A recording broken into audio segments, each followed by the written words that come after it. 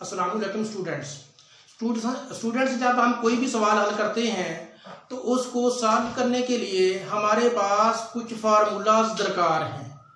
तो उन फार्मूला जैसा कि अगर हमने area of rectangle find out करना है तो उसके लिए हमें बेसिक फार्मूला उसका चाहिए लेंथ मल्टीप्लाई हाइट। इसी तरह अगर हमने area of square find out करना है तो उसके लिए हमें बेसिक फार्मूला उसका चाहिए साइड मल्टीप्लाई साइड।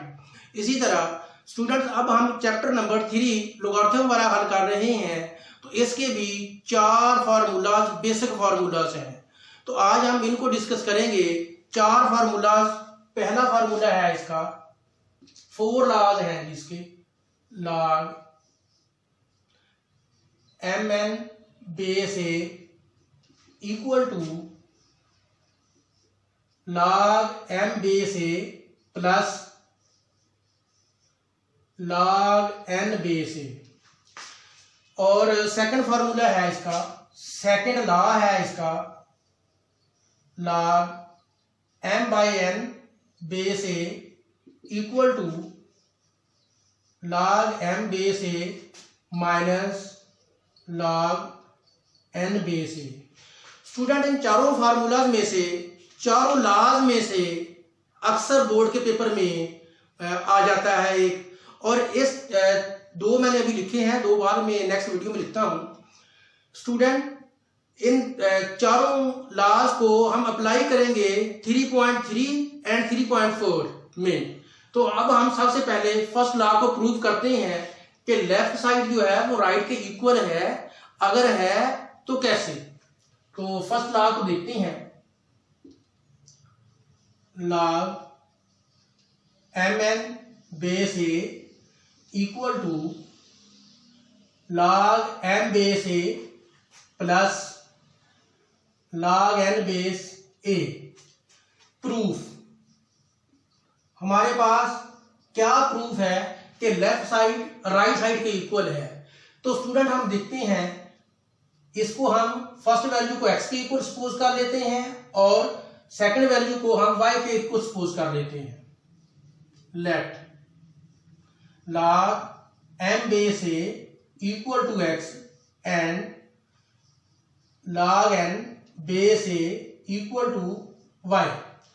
स्टूडेंट, जो लॉगरिथम फॉर्म में दी हुई है हमने इसको एक्सपोनेंट फॉर्म में लेके आना है, इन एक्सपोनेंट फॉर्म। तो बेस सेम रहेगी और log को हम राइट साइड पे ले जाएंगे और जो राइट साइड पे वैल्यू है वो पावर बन जाएगी लेफ्ट पे आके। तो x इधर आकर बन गई पावर और log दूसरी तरफ चला गया। इसी तरह ये हमारे पास इक्वेशन नंबर आ गई फर्स्ट। अब हम इसको भी एक्सपोनेंट फॉर्म में लिखेंगे।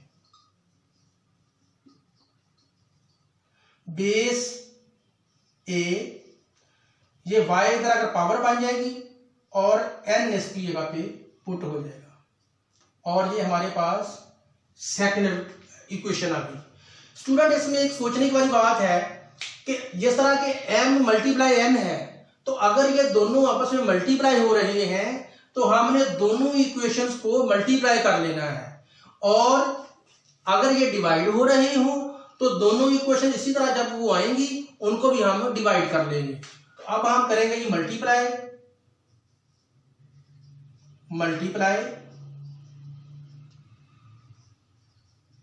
Equation 1 and 2। तो स्टूडेंट, मल्टीप्लाई करने का तरीका आसान है कि लेफ्ट साइड में लेफ्ट साइड को मल्टीप्लाई करेंगे और राइट साइड में राइट साइड मल्टीप्लाई करेंगे।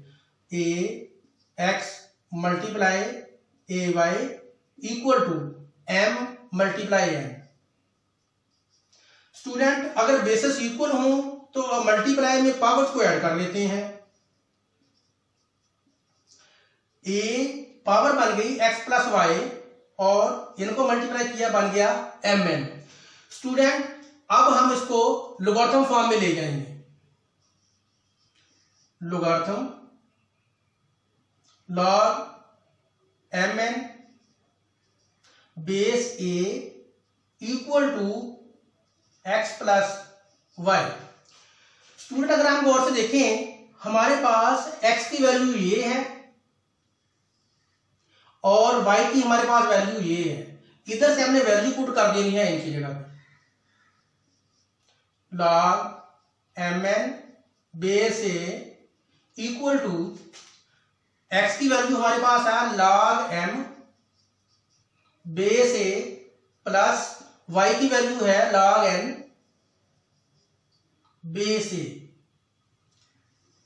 स्टूडेंट ये हमारा फर्स्ट लॉ प्रूव हो गया। अगर आप गौर से देखें तो ये बन गया हमारे पास log mn base a equal to log m base a plus log n base a। तो अब हम आते हैं इसका सेकंड लॉ की तरफ, उसको भी प्रूव करते हैं। इसमें दो वैल्यू को मल्टीप्लाई की फॉर्म में दिखाया हुआ था, तो हमने उनको ऐड की फॉर्म में, एडिशन की फॉर्म में लिख दिया था। अब नेक्स्ट लॉ में उन्होंने log m by n base a equal to log m base a minus log n base a। Student सबसे पहले हमने राइट साइड में जो वैल्यू है इसकी, उसको सपोज कर लेना है किसी भी वेरिएबल के। Let log m base a equal to x, इसी तरह log n base a equal to y। अब हमने फिर इसको एक्सपोनेंट फॉर्म में लिखना है इन एक्सपोनेंट फॉर्म। स्टूडेंट ये बेस a पावर x बन जाएगी और m राइट साइड पे चला जाएगा। इसी तरह इक्वेशन नंबर 1 आ गई, इसको भी हम लिखते हैं in exponent form. Base a power y बन जाएगी और n राइट साइड पे चला जाएगा। इक्वेशन नंबर 2, जैसे कि मैंने आपको पहले लॉ में बता चुका हूं कि अगर मल्टीप्लाई हो रहा हो तो हमने दोनों इक्वेशंस को मल्टीप्लाई करना है, और अगर ये डिवाइड हो रहे हो तो दोनों इक्वेशन को हमने डिवाइड करना है। तो अब हम देखते हैं डिवाइड।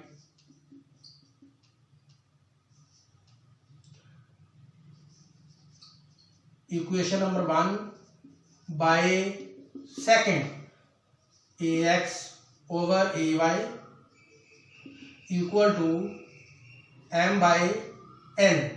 स्टूडेंट अगर बेसिस इक्वल हो तो पावर को डिवाइड में माइनस कर देते हैं। a x minus y equal to m by n। ये हमारे पास एक्सपोनेंट वाली फॉर्म में आंसर आ गया और हमने इसको लिखना है लोगरिथम फॉर्म में। तो लिखते हैं log, ये राइट साइड वाली वैल्यू log बन जाएगी, बेस बेस रहेगी, पावर राइट साइड पे चली जाएगी x माइनस वाई। स्टूडेंट हमारे पास x की वैल्यू भी है और y की भी ये है। अब हम इधर से x और y की वैल्यू इसमें पुट कर देंगे। log m by n base a equal to log m base a minus log n base a। तो ये हमारा सेकंड लॉ भी प्रूव हो गया। स्टूडेंट हमारे दो लॉज कंप्लीट हो गए। अब हम आते हैं थर्ड लॉ की तरफ। थर्ड लॉ में वो है पावर से related.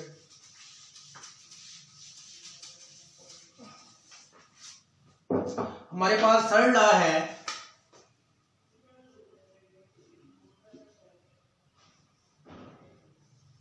log m power n base a equal to n log m base a। Student इसमें जैसा कि नजर आ रहा है कि पावर को हम स्टार्ट में ले जाते हैं, तो इसको हमने प्रूव करना है कि ये ऐसा है। तो प्रूफ इसका क्या है देखते हैं। log m power n base a equal to n log m base a। Student पहले हमें इसको सपोज कर लेना है y के x के इक्वल, और इसको सपोज कर लेना है सॉरी y के इक्वल। प्रूफ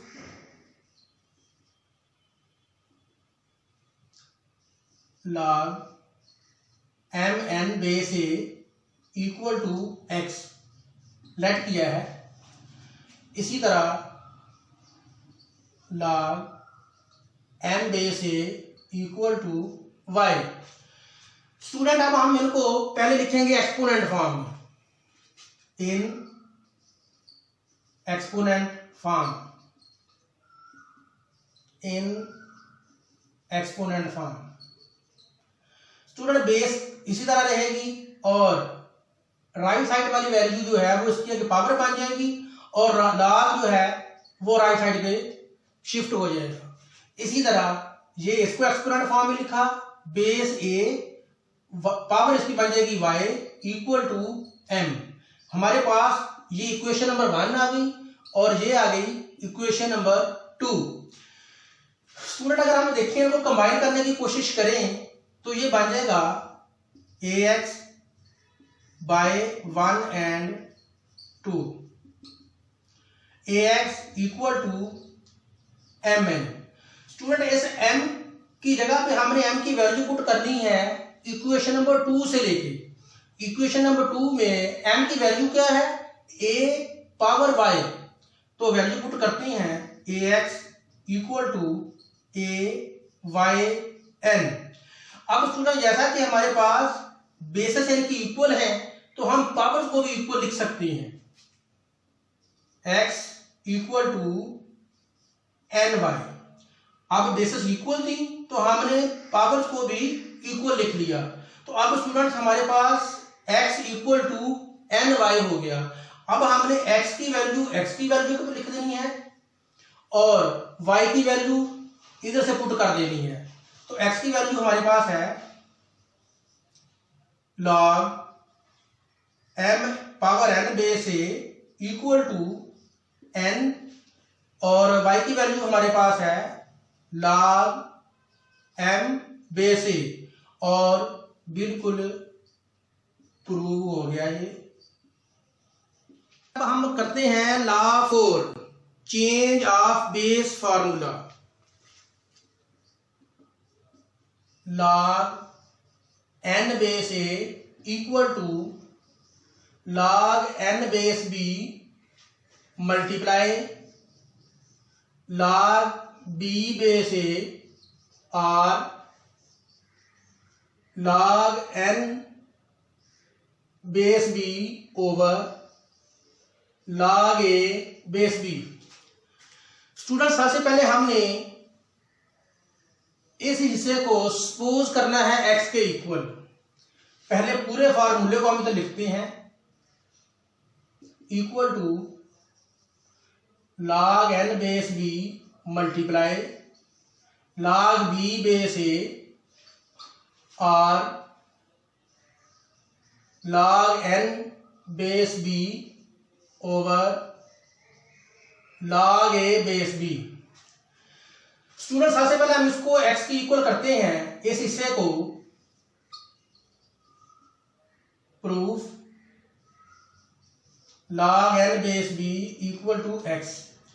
ये लोगारिथम फॉर्म में है, इसको हम एक्सपोनेंट फॉर्म में लेके जाएंगे, in exponent form. Base b power x हो जाएगी इक्वल टू n। अब हम स्टूडेंट्स दोनों तरफ log लेंगे बेस a के साथ, टेकिंग log